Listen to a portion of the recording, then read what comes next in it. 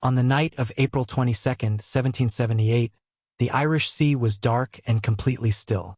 Somewhere on that water, something was moving that the British Empire had never anticipated. Armed men rowed silently toward the English coast in the darkness. Their oars were muffled with cloth to prevent sound. The harbor ahead was completely unguarded. The port of Whitehaven, England, held over 200 merchant vessels at anchor that night. Every one of them completely exposed. Every one of them completely unaware. They were not British soldiers returning from patrol. They were not smugglers. They were Americans. And what they were about to do had not happened on English soil in over 110 years. The last time a hostile force successfully raided English soil was 1667, when the Dutch sailed up the River Medway and burned the Royal Navy's finest warships at anchor. That had taken an entire fleet. What happened at Whitehaven in 1778 required only one ship, one captain, and one night. The man in the lead boat knew this harbor personally. He had walked these docks as a 13-year-old boy. This is the story of the most audacious single raid of the American Revolution. A raid that involved a crew that stopped to get drunk in the middle of a military operation on enemy soil. A kidnapping plot that collapsed completely before it began. And a moment that forced the greatest naval power on Earth to turn around and defend its own coastline. The physical damage caused that night was minimal. One ship burned. 2 forts were disabled. No one died. But the psychological damage that followed was catastrophic. The strategic consequences of what happened at Whitehaven rippled across the entire American Revolution. And it all came down to one man's refusal to fight a defensive war.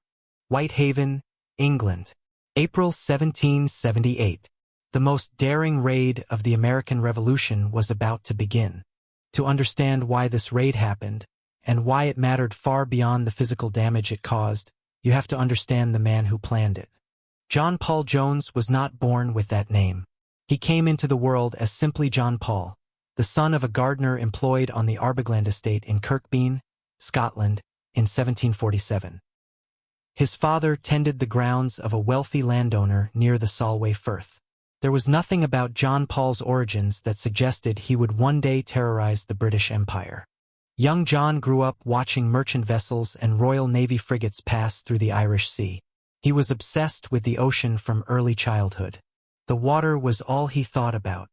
By the time he was 13 years old, he had secured an apprenticeship aboard a merchant vessel sailing out of Whitehaven, a busy coal port on the northwest coast of England. Jones did not simply choose Whitehaven as a target on a map. He had walked those docks as a boy. He knew the position of the harbor forts. He knew where every cannon was positioned.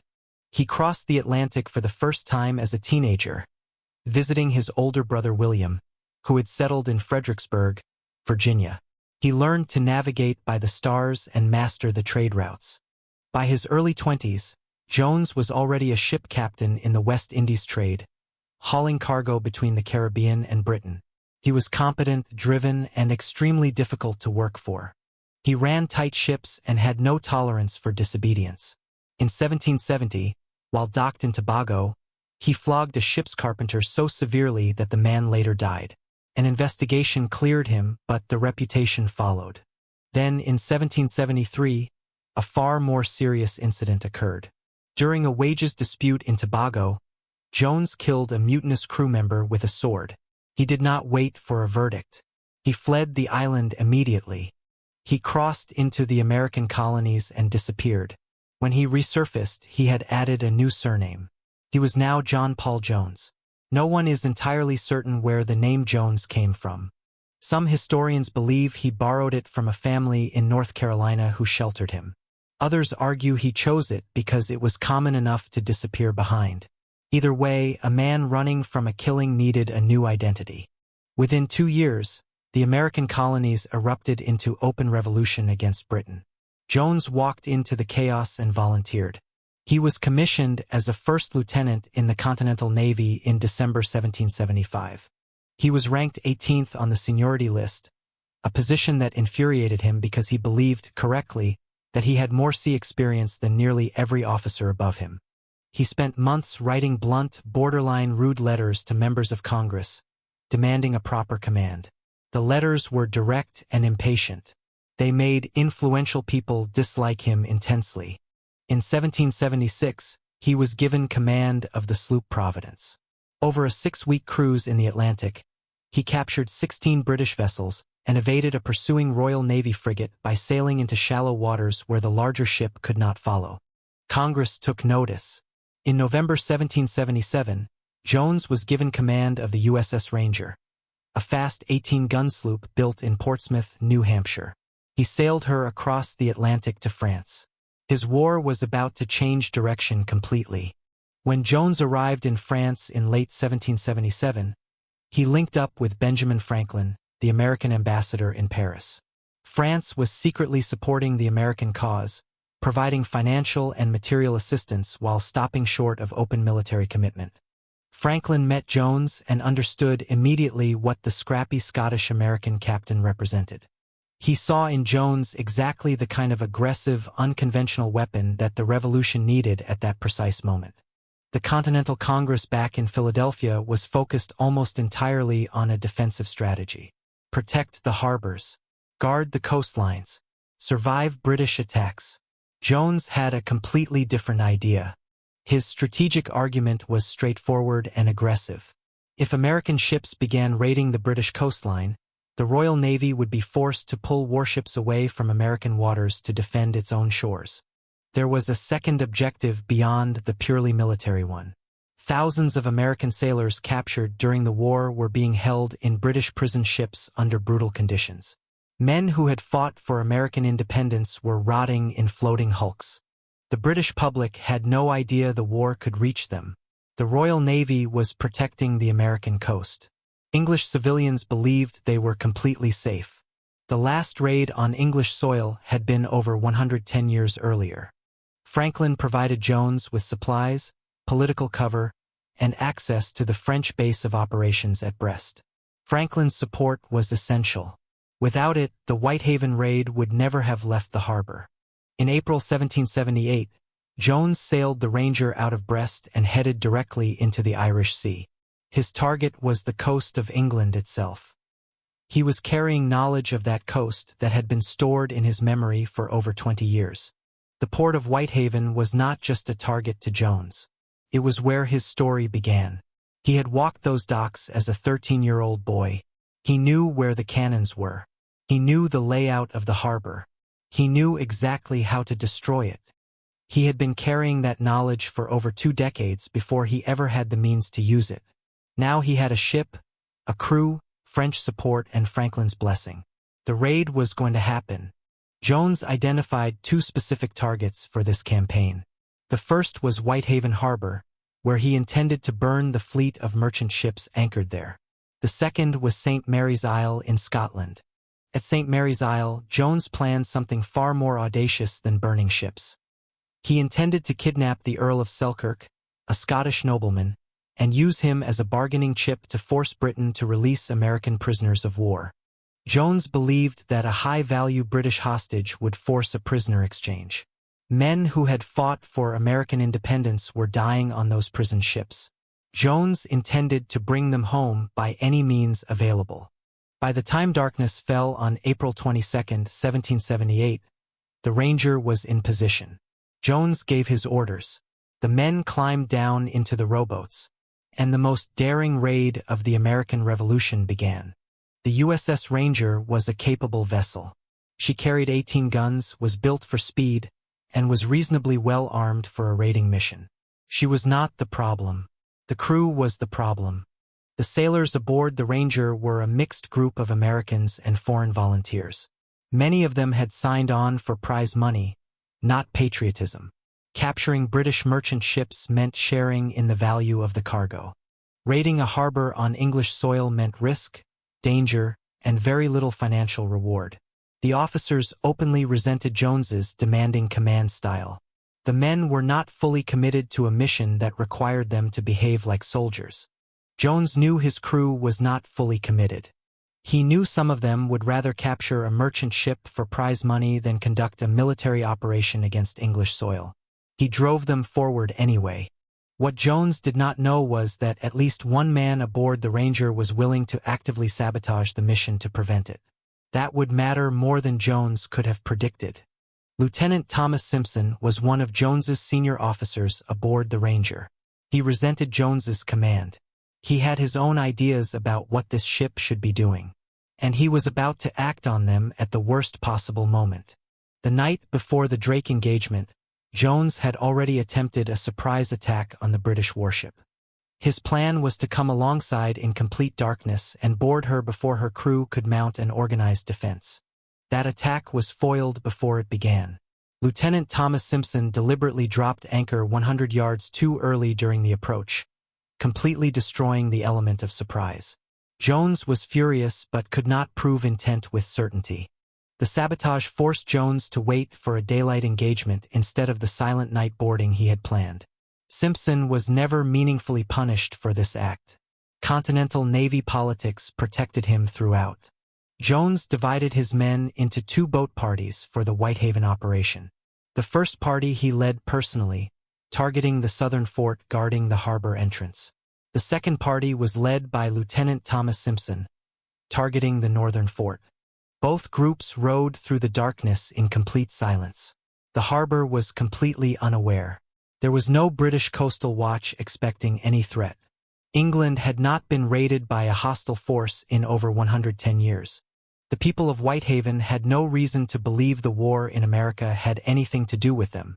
They assumed the conflict was happening 3,000 miles away.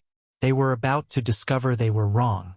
Jones's party reached the southern fort without detection.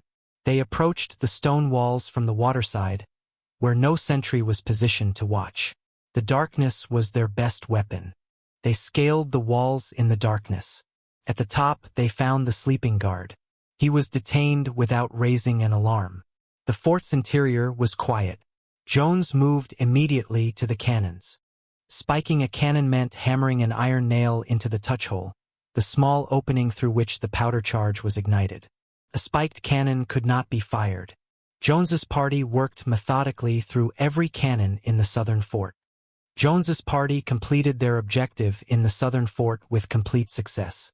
Lieutenant Simpson's party neutralized the northern fort with equal efficiency. Both forts were now disabled. The harbor was completely defenseless. For a brief moment it had worked perfectly. An American raiding party had landed on English soil. They had neutralized both defensive forts. Over 200 merchant vessels sat completely exposed in the water. All Jones needed to do now was set them on fire. One harbor fire on a calm night, spreading from ship to ship, could have destroyed the entire Whitehaven merchant fleet. That is when everything started going wrong. The raiders' lanterns had run out of fuel. Without a flame source, they could not light torches. Hours of careful preparation in the darkness now threatened to produce nothing. Dawn was approaching. Time was running out. American accounts of the incident blame heavy coastal rain that made it impossible to keep tinder dry. British accounts, written with considerable mockery, report that a detachment of Jones's men made a different kind of decision entirely. A detachment of Jones's men stopped at a local public house, in the middle of a military operation, on enemy soil, and had a drink. Jones, discovering this, was reportedly furious in a way that words cannot adequately describe. Both explanations for the delay may be partially accurate. Either way, the critical window was closing. Dawn was approaching rapidly. The town would be waking up, and the ships were still sitting unburned in the harbor. By the time the crew finally obtained fire from a nearby house, the first light of dawn was beginning to show on the horizon. Jones and his men moved immediately to the largest target available. Jones and his men set the large coal vessel Thompson alight. The fire caught and began spreading toward neighboring ships. For a moment it looked like the harbor might burn after all. But during the confusion, a deserting American sailor slipped away from the raiding party and ran to alert the townspeople. This single act of betrayal would determine everything that followed. The residents of Whitehaven woke up and organized themselves with remarkable speed. Fire engines, the hand-operated water pumps of the era, were brought down to the harbor immediately. The townspeople extinguished the blaze before it could spread significantly to neighboring ships. The harbor was saved by one American trader and a determined bucket brigade working together in the breaking dawn. Jones pulled his men back to the boats. The raid was over. One ship burned. 2 forts spiked. No casualties on either side. By any conventional military measure, it was almost a complete failure. But Jones understood something that the British were about to discover. It was not about the damage. It was about the fear. And fear was about to spread across the entire British coastline. The physical reality of that morning was 1 burned coal vessel, 2 disabled forts, and a raiding party that had escaped without a single casualty on either side. The reality, however, was not what would travel across Britain. The people of Whitehaven knew what had happened. Armed American sailors had walked their streets, entered their harbor, spiked their guns, and burned one of their ships. The implications were clear and terrifying. News spread from Whitehaven within hours. Riders were dispatched south toward London with reports of what had happened. By the following morning, London newspapers had the full story. Jones was already moving toward his second target. The Whitehaven Raid was complete. The Selkirk kidnapping was next. And after that, there was a Royal Navy warship in Belfast Lough that he intended to deal with. The same day as the Whitehaven Raid, Jones crossed the Solway Firth to St. Mary's Isle on the Scottish coast. The Earl of Selkirk's estate was his next objective. The kidnapping plan was still active. Jones's reasoning for the kidnapping was specific and calculated. American prisoners of war were dying aboard British prison ships. A high-value hostage would force the British government to negotiate their release. The Earl of Selkirk was the chosen target. When Jones arrived at the estate with his raiding party, he made an immediate discovery that collapsed the entire plan before it had even begun. The Earl of Selkirk was not home. The Earl of Selkirk was not home. The entire plan collapsed immediately. Jones decided to withdraw. His crew had other ideas. Men who had signed on for prize money looked at a wealthy Scottish estate and saw an opportunity. Pressure built within the raiding party to loot the house. Jones attempted to hold the line on military discipline and honor. He partially succeeded. He allowed the crew to take the family silver and nothing else. Lady Selkirk handed over the family silver with remarkable composure. The crew took it and left without conducting any broader ransacking of the property. Jones had prevented the worst of what his men had wanted to do. What Jones did next is one of the stranger episodes in the entire history of the American Revolution. He later purchased the Selkirk silver back with his own money and returned it to the family with a formal written letter of apology. In the letter, Jones explained that his original intentions had been honorable and that the taking of the silver had not been his preferred course of action. He wanted the family to understand the distinction between his plan and its execution. Jones was not a pirate, despite what British newspapers called him. He was a man trying to fight a gentleman's war with an ungentlemanly crew, using whatever ships he could obtain, against the most powerful navy on earth. The Earl of Selkirk reportedly accepted Jones's letter of apology graciously and acknowledged its receipt in writing. His estate at St. Mary's Isle still stands today. The silver was returned in full. Following the events at St. Mary's Isle, Jones encountered the HMS Drake in Belfast Lough. The Drake was a 20-gun Royal Navy sloop whose captain had come out to investigate the unusual activity reported along the coast. The Drake's captain was a competent Royal Navy officer who had come out prepared for an engagement. What he did not fully appreciate was exactly who he was dealing with. Jones had been waiting for this encounter. The night before, Jones had already attempted a surprise attack on the Drake. Lieutenant Thomas Simpson deliberately dropped anchor 100 yards too early during the approach, completely destroying the element of surprise. Jones was furious. The sabotage forced Jones to wait for a daylight engagement instead. When the Drake came out flying her colors, the British captain hailed the Ranger. Jones identified himself. The Drake opened fire. The Ranger responded. The engagement lasted approximately 1 hour. Jones maneuvered the Ranger with precision throughout the fight. The Drake's captain and lieutenant were both killed during the battle. Her hull was severely damaged. The British sloop struck her colors and surrendered. Jones took the Drake as a prize.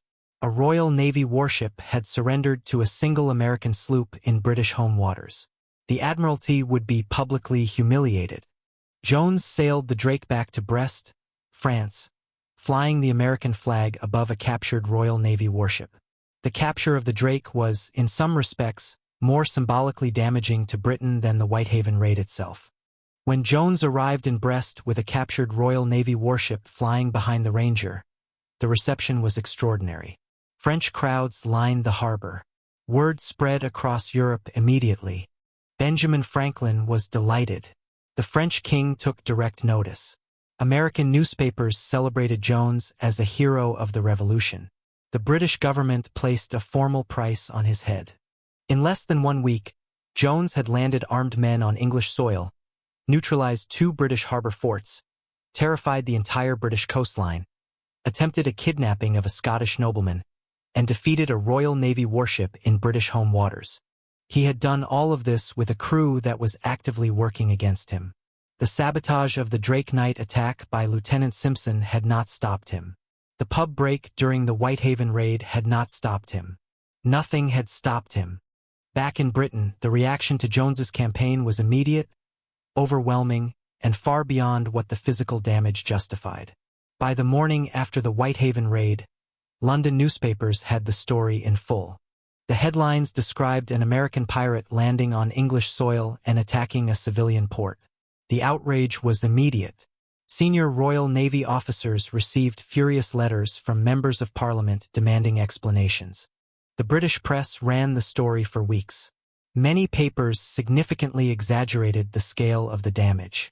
Some reported that hundreds of ships had been burned. The reality, 1 ship, made no difference to the public response. People across Britain believed their coastline was under sustained attack. Panic spread from Scotland to Wales. Towns along the entire British coast suddenly demanded naval protection they had never previously considered necessary. Coastal militias formed overnight in communities that had never organized any military presence whatsoever. The Royal Navy was forced to reassign warships from American waters to home defense. Fortifications were upgraded at dozens of ports. Marine insurance rates in the Irish Sea increased immediately and dramatically. Merchants refused to dispatch vessels without naval escorts. Lloyd's of London was forced to completely revise its risk assessments for British coastal waters. The financial damage caused by the Whitehaven Raid far exceeded any physical destruction Jones had actually managed to accomplish. The disruption to British commercial shipping networks was substantial and prolonged. Here is what Jones understood and the British Admiralty did not. You do not have to destroy a city to terrify it. You just have to prove you can reach it. And fear is expensive. The immediate military impact of the Whitehaven Raid was measurable and significant. The Royal Navy diverted warships from American waters to patrol the British coast. British defensive spending increased substantially. American morale received an enormous boost at a moment when the Revolution badly needed one. The Continental Congress, which had been focused entirely on surviving British attacks, was forced to reconsider what American sea power could accomplish. French confidence in the American cause strengthened considerably. The Whitehaven Raid demonstrated that the American Revolution was not a temporary colonial rebellion that Britain would suppress quickly. It was a serious military campaign. The capture of the Drake contributed directly to France moving toward open military alliance with the American cause. A Royal Navy warship surrendering to a single American sloop in British home waters forced a complete reassessment in Versailles. The Whitehaven Raid opened the door directly to the Bonhomme Richard mission of 1779, in which Jones returned to British waters with a larger ship and fought one of the most extraordinary naval battles in history. In September 1779, Jones returned to British home waters aboard the Bonhomme Richard and engaged the HMS Serapis off Flamborough Head in Yorkshire. With his ship sinking and half his crew dead, he was asked if he had surrendered. He replied that he had not yet begun to fight. He won that battle too, watching his own flagship sink beneath the North Sea 2 days later while standing on the deck of the ship he had just captured from the Royal Navy. The Whitehaven Raid is now recognized as a founding moment of American offensive naval doctrine. Jones established a principle that the U.S. Navy has carried forward ever since. Take the war to the enemy. Do not wait to be attacked. The Whitehaven Raid is still studied at the U.S. Naval War College today. Not just the tactics or the navigation, but the doctrine that Jones put into practice on that rainy April night in 1778. Whitehaven itself now commemorates the raid. The town has a John Paul Jones Heritage Trail and a local museum that documents the events of April 1778 in detail. The man who attacked the town is now part of its identity. The Thompson, the one coal vessel that actually burned that night, is commemorated. Both British and American tourists visit regularly. The raid that caused minimal physical damage left a permanent mark on the town's history. Britain learned some lessons from the raid and ignored others. It upgraded its coastal defenses, which was the correct response. It also continued to underestimate Jones specifically, which was a serious and costly miscalculation. John Paul Jones went on to fight the Battle of Flamborough Head in 1779, becoming a legend across 2 continents. After the American Revolution ended, the Continental Navy was disbanded and Jones found himself without a command. In 1788, Jones accepted a commission from Empress Catherine the Great of Russia and served as a rear admiral in the Black Sea Fleet during Russia's war against the Ottoman Turks. The assignment was a disaster from the start. Political enemies among the Russian officer corps stole credit for his victories and spread false accusations against him. He was recalled from service, returned to Paris, and died alone in a small apartment on the Rue de Tournon on July 18, 1792, aged only 45. His body was placed in a lead coffin, buried in a small Protestant cemetery in Paris, and eventually built over as the city expanded. In 1905, Horace Porter, the American ambassador to France, spent 6 years searching beneath the streets of Paris and found the coffin under what had become a laundry and a grocery store. President Theodore Roosevelt sent a squadron of American warships to escort the remains home across the Atlantic. The man who had been lost beneath Paris streets for over a century was finally coming home. Jones now rests in an ornate marble and bronze crypt beneath the chapel of the United States Naval Academy at Annapolis, Maryland, the institution that carries forward the naval tradition he established. The irony is almost too perfect. The man who spent his life fighting for recognition, who begged for ships and struggled against jealousy and bureaucracy at every turn, finally received the honor he craved. But only 113 years after he died. Midshipmen at the Naval Academy still study Jones's tactics, his leadership, and his stubborn refusal to accept defeat more than 240 years after the events at Whitehaven Harbor. Lieutenant Thomas Simpson, the officer who deliberately dropped anchor early to foil the night attack on the Drake, faced Jones's formal complaints but was never meaningfully punished. Continental Navy politics shielded him. Jones was furious about this for the rest of his life. The Earl of Selkirk received his silver back. He reportedly accepted Jones's letter of apology graciously and acknowledged its receipt in writing. His estate at St. Mary's Isle still stands today, largely unchanged. The HMS Drake, taken to Brest as a prize, remains one of the most symbolically significant captures of the entire American Revolution. A Royal Navy warship surrendering to a single American sloop in British home waters forced a public reckoning. Whitehaven itself still stands. The harbor that Jones raided is still there. The stone quays where his men spiked the cannons still exist. The town has carried this story forward for nearly 2.5 centuries. Both British and American tourists visit Whitehaven regularly to walk the Heritage Trail and see where the raid happened. The man who attacked the town is now part of its history and its identity in equal measure. The fort walls that Jones's men scaled in the darkness of April 22, 1778, are still standing. The touch holes of the cannons that his men spiked are still there. History has a physical presence in Whitehaven that is genuinely remarkable. Standing on those cliffs today and looking out at the Irish Sea, it is possible to understand something about Jones that the historical record sometimes misses. He was not reckless. He was precise. He chose this harbor because he knew it completely. The Whitehaven Raid did not win the American Revolution. It did not destroy a fleet. It did not capture a city. It did not even successfully burn a harbor. What it did was something harder to measure and considerably more important. It proved that the impossible was merely difficult. It proved that a single determined man with a clear strategic idea and enough nerve could reach further than anyone thought reasonable. The British Empire in 1778 was the most powerful military force on Earth. It had the largest navy, the most experienced sailors, and a coastline that had not been touched by a hostile force in over a century. And it spent the spring and summer of 1778 genuinely afraid of one Scottish-American captain in one small ship. The Royal Navy was forced to defend its own back garden because of a man sailing an 18-gun sloop, with a crew that stopped to drink in the middle of the operation. And it worked anyway. That is the Whitehaven Raid. That is John Paul Jones. And it was just the beginning. American sea power does not wait to be attacked. Carries the fight forward. Crosses the ocean. Defines the adversary where he feels safest. John Paul Jones established that doctrine in a small harbor in northwest England in 1778. One man, one ship, one night on a harbor he had first seen as a 13-year-old boy, and the entire British coastline woke up afraid. That is the legacy that rests beneath the Naval Academy Chapel today. The man who was once buried and forgotten beneath a Paris street now rests in one of the most formal and honored military crypts in the United States. The recognition came 113 years late. But it came. The Whitehaven Raid was the foundation. Flamborough Head was the pinnacle. Between those two moments, John Paul Jones established what American naval power could mean when it refused to accept the limits that logic imposed. The U.S. Navy still studies the Whitehaven Raid.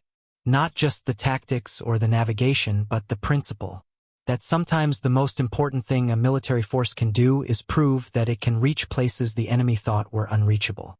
Every April 22nd, the date of the raid passes in Whitehaven without ceremony for most of the town. But the Heritage Trail is there.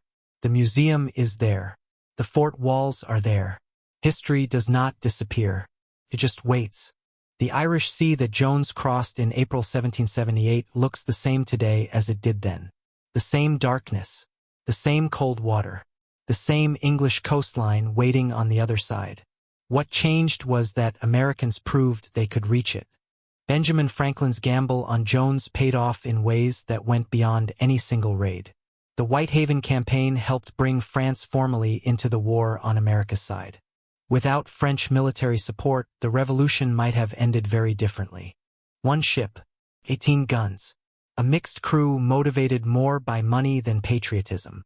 An officer willing to sabotage his own captain's operations. And a mission that required them all to function as a military unit for one critical night. The people of Whitehaven went to bed on the night of April 21, 1778, believing the war in America was happening 3,000 miles away and had nothing to do with them. They were wrong. And they found out in the most direct possible way. Jones came within a deserting sailor and a bucket brigade of burning the entire Whitehaven merchant fleet. Had those lanterns not run out of fuel, had the crew not stopped at the pub, the harbor fire might have spread to every one of those 200 ships. The harbor was saved by accident and betrayal. But the raid's strategic purpose was accomplished regardless. Britain panicked. The Royal Navy turned around. The American coastline breathed easier. Jones had done what he set out to do. One ship, one night, one man who had walked those docks as a 13-year-old boy and never forgot what he had seen. And the entire British coastline woke up afraid. That is the Whitehaven Raid. That is John Paul Jones. And it was just the beginning.